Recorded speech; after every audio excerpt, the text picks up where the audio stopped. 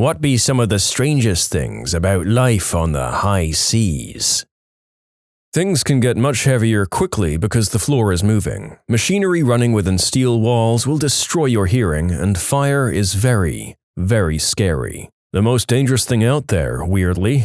In the case of the US Navy, we had a dedicated at-sea fire party. This was made up of damage control men and hull technicians. We would be the first responders in any sort of fire, flooding, or toxic gas situations, including reactor emergencies. We would fight the fire until we either A, put it out, or B, it would get out of control and the ship would then go into general quarters, battle stations. Then the rest of the crew would meet in their predetermined areas and help fight the fire or flooding. The ship is broken into sections that have repair lockers, think mini fire stations, with all the equipment to fight. When the fire is initially called away, the fire party will respond to the closest repair locker and then gear up and move out from there. In a GQ scenario, each repair locker is manned by the entire crew. Every few feet in the ship, on every deck and level, is a fire plug with a hose and nozzles. The hoses are fed by seawater that we've pumped in and loops at a constant 150 psi. The ship is designed in a manner that sections can be closed off with watertight doors and fire-tight doors.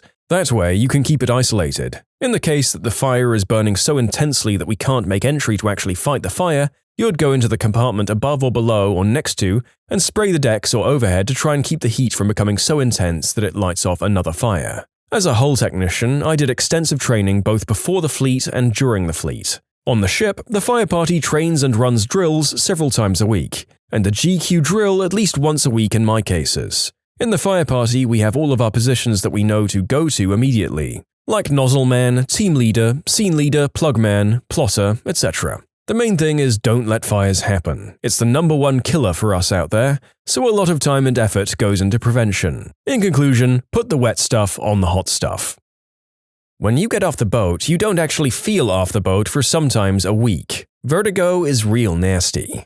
I never got seasick ever. My first time being on a boat was for a month. Then getting off in Portugal, I got land sick. It was a bummer. Trying to compensate for waves that don't exist, my father made his living back in the day repairing old fishing ships for recreational use, so I spent a lot of time at sea. I've fallen out of the shower at home after being out for a few months. You get used to the ship rolling and your body adapts and sways to compensate. When you're back on land, it can take a few days to reorient yourself. You can be showering and not realize you're swaying. Before you know it, you're on your butt with the shower curtain wrapped around you and a bump on your head from the curtain rod.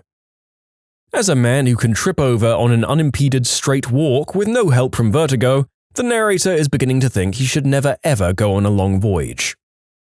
I've always slept better at sea. I think the rolling of the ship has something to do with it. I always enjoyed the rough weather. Everyone seems to be in a better, cooperative mood due to the shared experience, like how neighbors all pull together in a big snowstorm. I spent a lot of my childhood at sea with my dad, and one thing I always remember about sleeping on the water is the sound of barnacles. My bunk was right up in the bow and right against the hull at water level, and you could hear them eating at night. To those who haven't heard it, they snap their beak things closed when they catch plankton, or at least that's what I assumed was happening. And there's like 1 billion of these things living on the outside of the boat, so you can hear this constant multitude of faint clicks, almost like rain. It's a soothing noise. I miss it. That sounds both so gross and so soothing. You can become very disoriented from being surrounded by nothing but water. You get to see so much of the world, but 70% of it is water. We joined the Navy to see the world, and what did we see? We saw the sea. If you wanted to join the other 30%, you should have joined the army like a real man.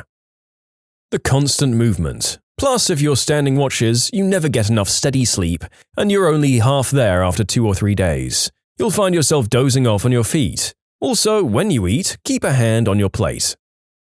Probably how beautiful the stars are and how frightening the sea gets during a storm.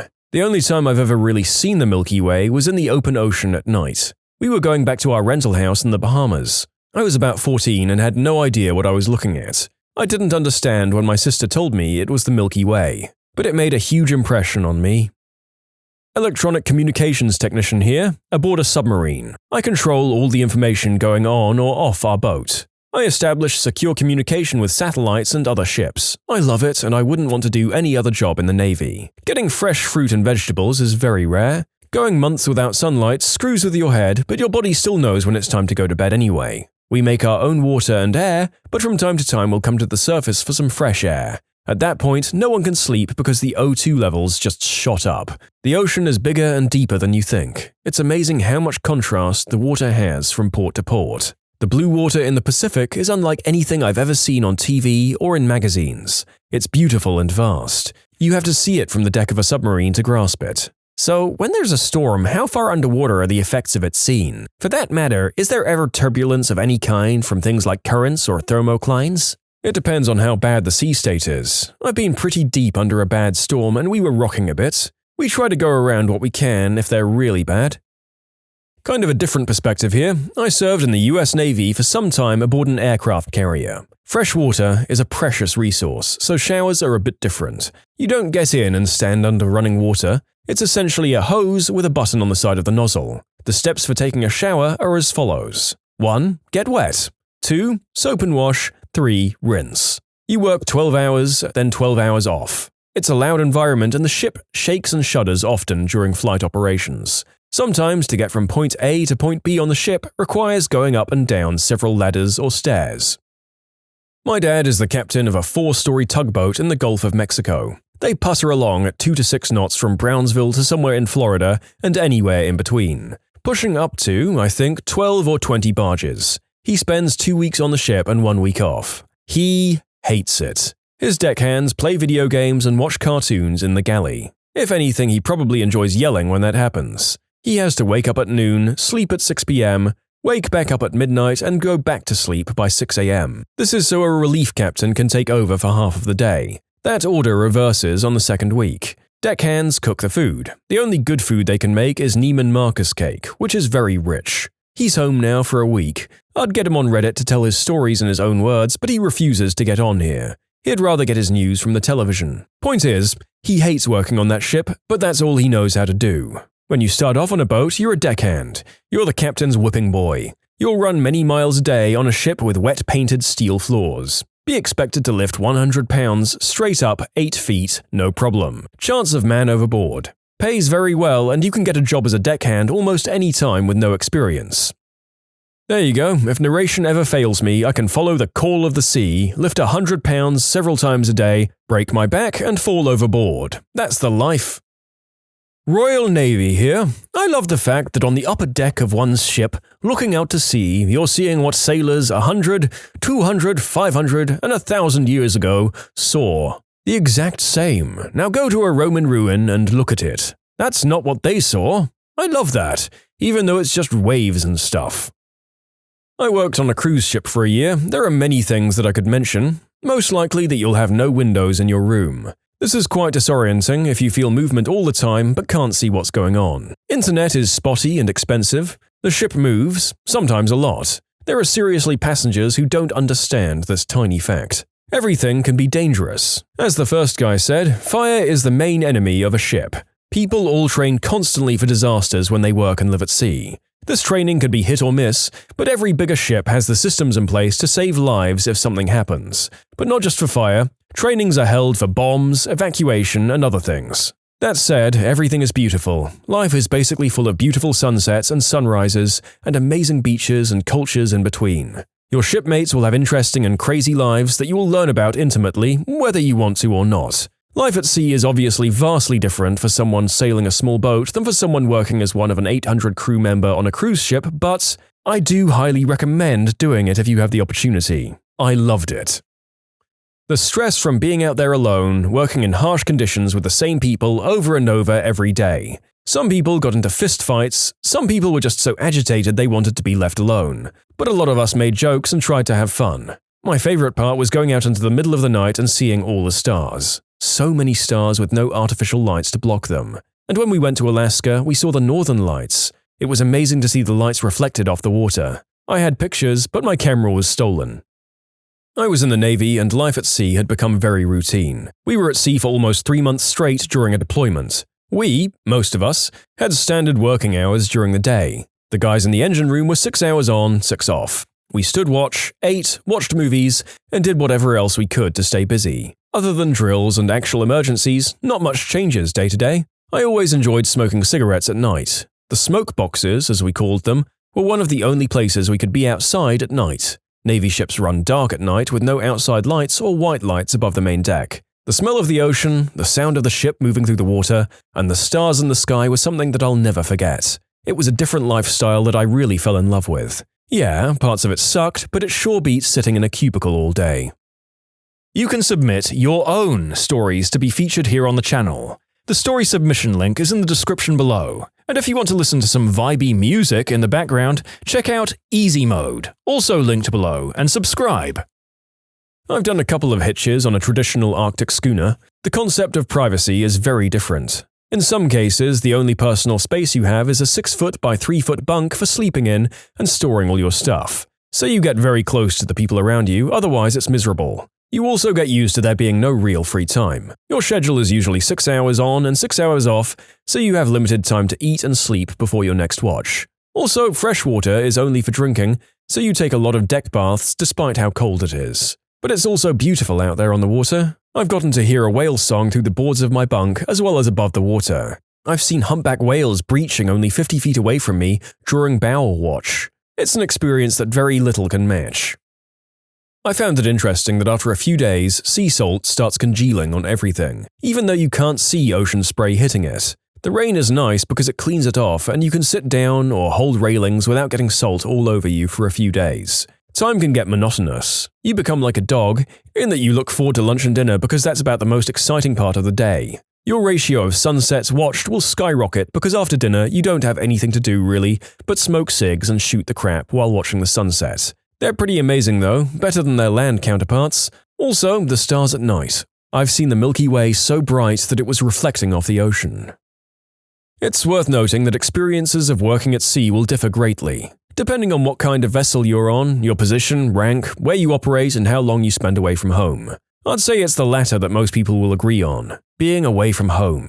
This will vary from 4 months to 10 months a year for people. I do approximately 8 months away a year, 2 to 3 month contracts. Spending a large proportion of your time away from friends and family will change your life. You'll lose touch with people, relationships will be tough, and there's going to be a majority chance that you'll miss any wedding, funeral, or holiday. But those are the terms and conditions we all signed up for knowing this, although maybe not understanding it fully. As a trade, we do get benefits which one needs to decide themselves if they outweigh the negatives. Maybe not answering the question, but it's just my 2 cents. Of course, this time away would be a massive factor. Part of me wonders if it would have been worth it to do this for a few years immediately after I'd left high school to save up some money before uni, but there might be better options for gaining other skills too.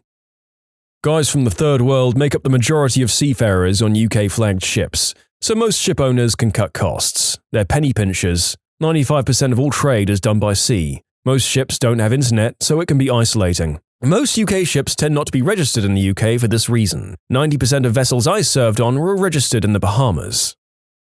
You tickle your pickle any chance of solitude you get. Thus the main reason to keep those shower shoes handy. If you're on a smallish boat, how difficult day-to-day tasks can get. Making a cup of coffee in the galley without a window or small porthole in rough seas can be quite the challenge. Pouring anything with liquid in the galley is very, very difficult. It's just so easy to get everything everywhere. Try getting dressed in cramped quarters constantly being buffeted from one side to the other. Or taking a crap or a pee, you'll have to watch the level in the toilet and flush before it runs over the edge onto you in a rogue wave. The intimacy on board on most boats, there's very little privacy. You live with your crew every waking moment. You have to be very comfortable with yourself and not be easily bothered. Going upstairs in high seas is a real crapshoot. 1 second you feel like you weigh 3 times as much as usual, and then the next second you're lighter than air. Sea legs don't tend to disappear. I've been off the ship for about 6 years now, and I still walk with a swagger, apparently. Sleeping in high seas is nigh impossible. You'll flop about with the ship, and starfishing doesn't help after Force 10. Polish sailors will drink anything. Filipino sailors will hide everything everywhere. They also love singing Sinatra on karaoke. Often the cook is also a deckhand, so if it's been a busy day, prepare for crap food. Cargo watch sucks, deck watch sucks, it all sucks. Cue the gay jokes. Fresh milk is more important than nicotine for keeping the crew and officers from killing each other. The chief officer will always drink, even on a dry ship. A ship doesn't normally dictate its culture, the captain does. A crappy captain is crappy for everyone. Testing lifeboats is fun, getting an infection is not. Day trippers are fricking morons who don't follow the rules of the road. I'm not moving? Oh really? I've got 9,000 tons of steel and 4,500 bhp that says differently. Counting lighthouse flashes is quite fun. Anchor watch is the best. You sit on the bridge and you read and you smoke. You'll hear a lot of gay jokes. Sunny FM is the best place in the world. Duty-free cigs, booze, adult magazines and knives. That's it. 5 litres of vodka, €3. 200 Marlboro, €2. German dungeon smut, 3 for 99 cents. Basically, money. I come from 6 generations of seamen, all with the same goal in life. Catch fish, sell them, get drunk, and get laid. Maybe not work, but I've spent more time on water than most. I've spent a year on my sailboat sailing down from Vancouver to Mexico and then cruising in Mexico for 6 months, most of it single-handed. It's not all sunshine and beer. When you're out there and things start to suck, it's not like you can go home. In the 1800s and the early 1900s, seafarers were idolized because everyone knew someone close that went to sea for a living. There was more understanding of what the working conditions were like among the general population. Now, people that go to sea are in a huge minority. People don't know anymore what it's like out there at sea. You don't know the bone-chilling cold there is at night in the North Pacific before the continental shelf drops. Hint, it pushes cold water up from the bottom of the sea to the top. You don't know what it's like to be out there in 12-foot sea with less than 6-second periods. That freaking sucks. You don't know what it's like to have monster waves at night that you can't see until they're right on top of you. You don't know what it's like to be in a shipping lane at night in the fog without radar. Yes, I'm stupid for that last one. But there's nothing so freeing as being alone out on deck on dog watch on a cold night with your cheeks cold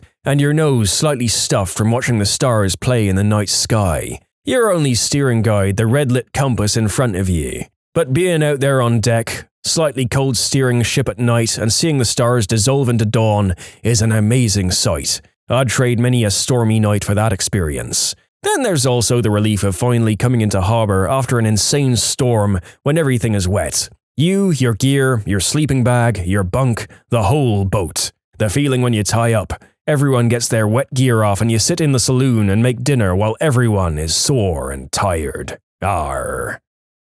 The feeling of seeing land for the first time in a long time. Approaching an island or a coastline doesn't look populated at all, just indescribably beautiful and innocent. Once you're within a mile or so, humanity and the scope of it takes over. Ah yes, the beautiful world, an accident of cosmic proportions or the hand of some divine being in all its glory, laid out for your own eye. Oh crap, there are the people. Damn. The shower water can be really hard and it will dry out your skin. Also, if you get hurt or family problems, toothache, or any other unplanned reason you need to get back to the beach, it can take hours to mobilize a chopper to get you. Then the travel time out could be hours and then back again.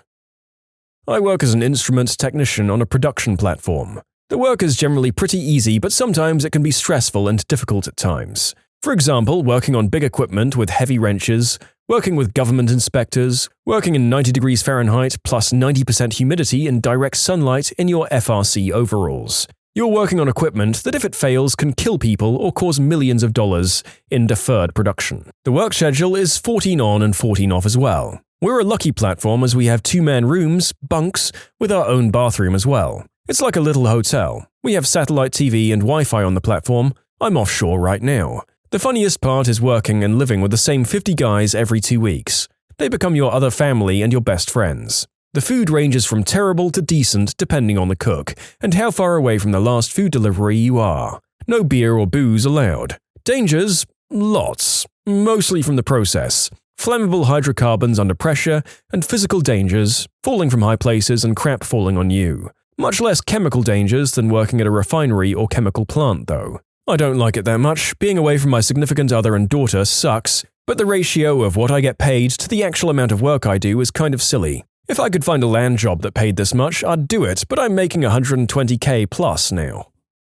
I was on a carrier and a couple of things come to mind. 1. Life at sea is like the movie Groundhog Day. It's literally the same thing day in and day out, but every now and then you'll hit a port and go have a blast. 2. Don't be the dirty guy. Most sailors have to live in small compartments with upwards of 80 or so other people. Take a shower and change your sheets.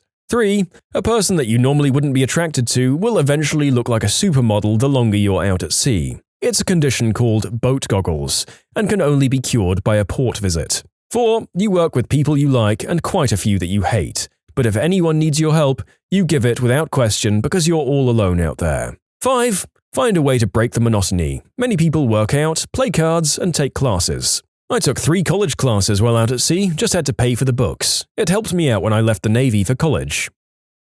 I served on board a very small, independently deployed US Navy ship for almost 5 years. Just adding to what I read. We became a family. The old man was our dad, the XO was our nagging mum. We spent long nights up on watch, talking about some of the most intimate stuff guys can talk about. I'm a New Yorker, and I got to spend quality time with Mormons, rednecks from Georgia, brothers from Mississippi, weirdos from Cali, Filipinos, etc. As those times got further in my rearview mirror, I got out like 15 years ago, and that's what I think I miss the most. Never thought I'd miss the balls to 4 and the crappy coffee. When you subscribe, make sure to hit the bell to turn on notifications. Put the playlist on in the background to finish listening to all the stories, or if you want some vibey music to put on in the background, check out easymode. If you like Am I the Genius, give Am I the Jerk a shot. Everything linked in the description.